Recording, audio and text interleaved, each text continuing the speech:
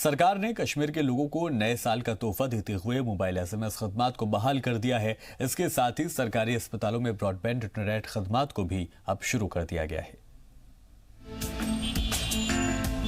नए साल में वादी कश्मीर के लोग एक दूसरे को एसएमएस के जरिए मुबारकबाद दे रहे हैं। नए साल के मौके पर गुज़िश्ता रात 12 बजे से कश्मीर में एसएमएस सर्विसेज बहाल कर दी गई हैं।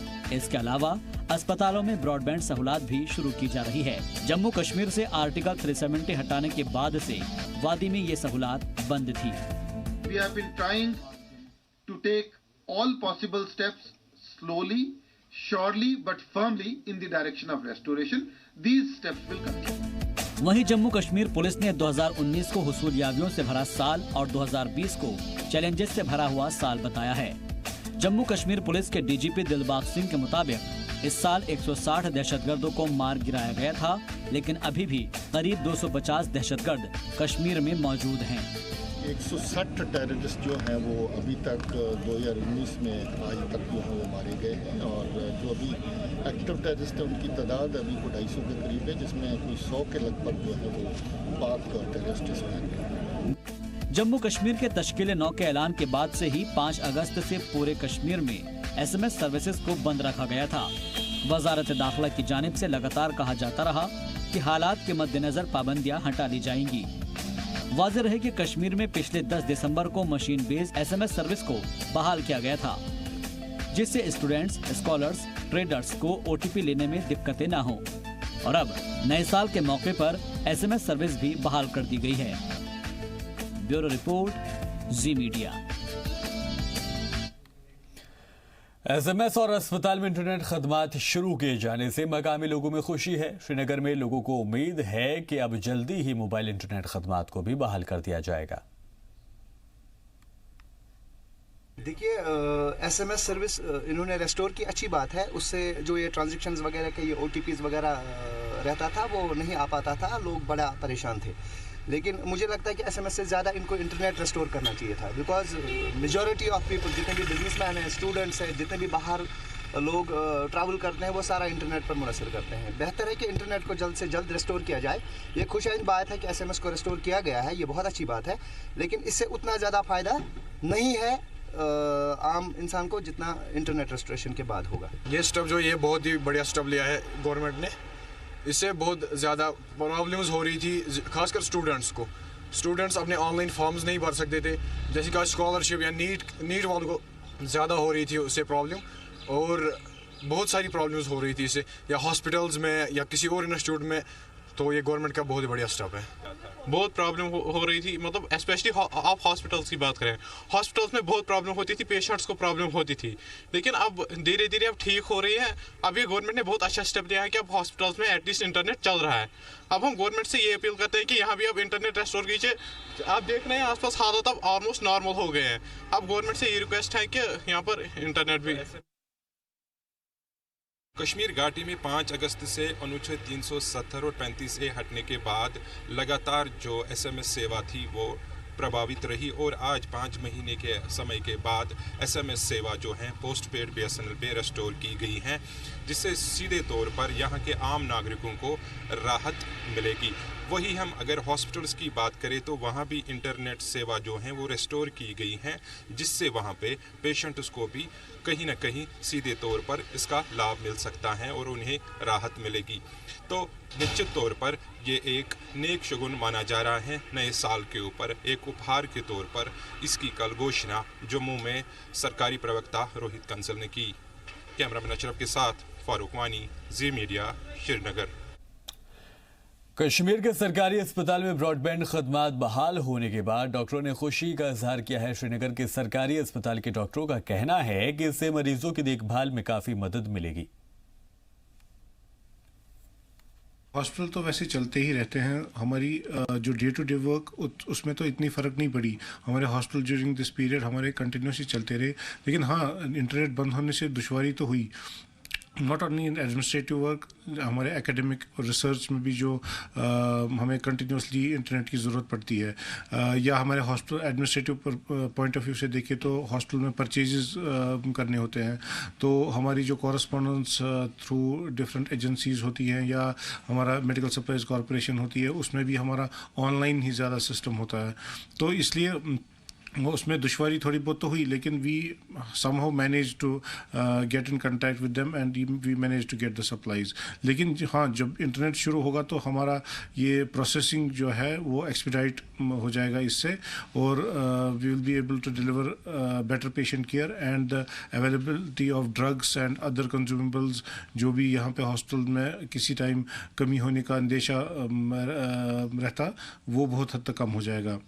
इसके अलावा जो हमारा एकेडमिक्स का होता है, वी हैव टू, चूँकि हमारे पोस्ट ग्रेजुएट टीचिंग डिपार्टमेंट्स हैं, मेडिकल कॉलेज है, यहाँ along with patient care research भी होता रहता है, तो उसके लिहाज से भी हमें कंटिन्यूसली हमें नेट सर्फिंग की ज़रूरत पड़ती है। हमारे पीजीज पोस्ट ग्रेजुएट जो होते हैं उनको रिसर्च वगैरह जो उनका चलता रहता है, तो they have to be online for that, तो उसमें भी हमें बहुत हद तक दुश्वारी हो रही थी, तो वो हमें इससे हेल्प हो जाएगा।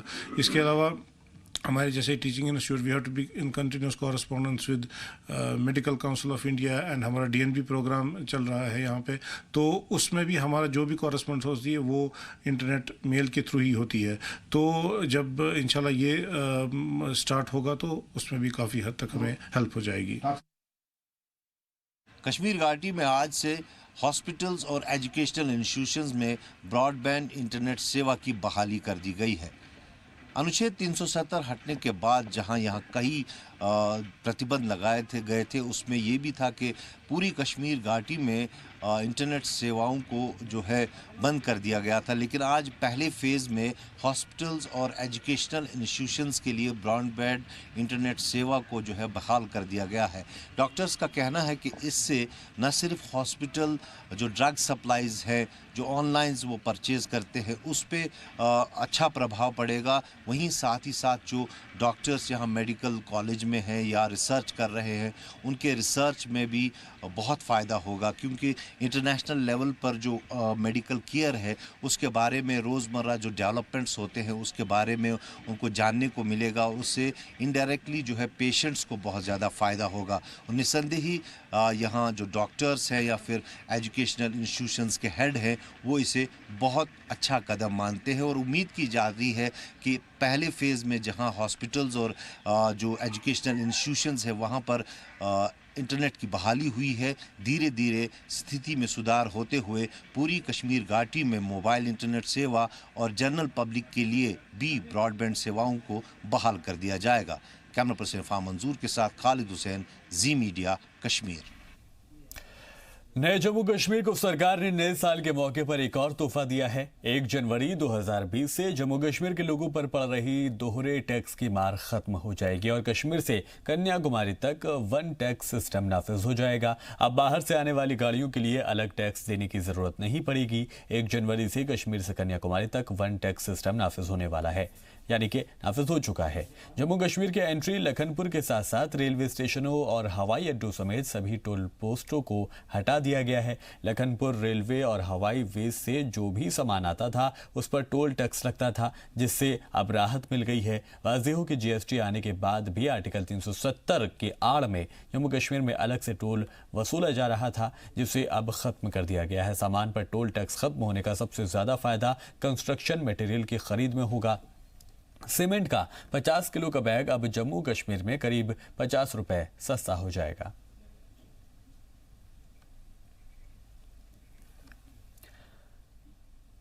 पुंछ जिले के तहसील मंडी के दूर दराज वाले चीकड़ी वन गांव में 2007 को बंद हुई सड़क का काम एक बार फिर से शुरू हो गया है, जिससे गांव में खुशी का माहौल है। इस सड़क के बन जाने से 5 गांव के लोगों को फायदा होगा वाज़ेह हो कि 2007 में ही पुंछ जिले के तहसील मंडी के चीकड़ी बन गांव तक 9 किलोमीटर तक की सड़क तामीर का काम शुरू हुआ था ताकि एक गांव को सड़क के जरिए शहर के साथ जोड़ा जाए। पर 4 किलोमीटर सड़क बनने के बाद सड़क के बीच गांव के एक मकान के आने से सड़क का काम बंद हो गया था। कई बार जिला इंतजामिया की तरफ से ये कोशिश की गई लेकिन नाकाम रही। बीडीसी चेयरमैन शमीम अहमद, गनई तहसीलदार मंडी के साथ और भी अफसरान ने गांव का दौरा किया और सड़क के काम को एक बार फिर से शुरू करवाया, जिससे गांव वाले काफी खुश हैं।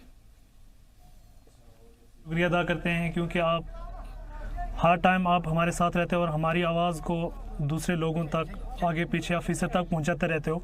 जहां तक आज के इस जो फैसला है, इसका जो है ये काफ़ी अरसे से हमारी रोड का मसला पेंडिंग थी, ये थ्रू नहीं हो रही थी। हमने आगे पीछे काफ़ी कोशिश की और आज यहाँ शमीम गनई साहब आए और तहसीलदार साहब आए और अपने पूरे डिपार्टमेंट को साथ में लेकर आए और जहाँ पे प्रॉब्लम थी उसको हल किया, सॉल्व किया। और जो यहाँ पे दुकान वगैरह शेड बनाया हुआ था तो उसको यहाँ से हटा दिया गया और रोड को थ्रू करवाया। हम इन सब के बहुत बहुत शुक्रगुजार हैं। इंशाअल्लाह हम अच्छे तरीके से तरक्की करेंगे। आज इस रोड की रुकावट को 14 साल गुजर चुके हैं। मुझे उम्मीद लगती है इंशाअल्लाह हमारा साथ देंगे, अच्छी तरीके से तरक्की होगी। मुझे पूरा यकीन है इंशाअल्लाह। आज हमारी बहुत सपोर्ट और बहुत हमें पूरा यकीन है कि गवर्नमेंट और डिपार्टमेंट वाले सब, डीसी साहब, मैं सब लोगों की शुक्रगुजार हूँ, तहे दिल से शुक्रगुजार हूँ। इंडियन आर्मी की शुरू से ही कोशिश रही है कि अवाम के साथ आर्मी के रिश्ते अच्छे बने रहें ताकि मुल्क के दुश्मनों को साथ मिलकर सबक सिखाया जा सके और उनके नापाक मंसूबों पर पानी फेरा जा सके। इसे लेकर आर्मी की जानिब से वक्त वक्त पर लोगों के लिए तकरीबात का एहतमाम किया जाता रहा है। इसी सिलसिले में 13 RR की जानिब से बांदीपुरा के सुंबल में एक यूथ मेले का इनेकाद किया गया। इस यूथ मेले में हाजिन, नेतखाई, जहांगुंड, सुंबल और बांदीपुरा के तलबा ने भी शिरकत की। इस दौरान martial art, demo, solo singing और डांसिंग के मुकाबले मुनाकिद कराए गए। अच्छी कारकर्दगी का मुजाहरा करने वाले तलबा को इनामात से भी नवाजा गया और उनकी हौसला अफजाई की गई।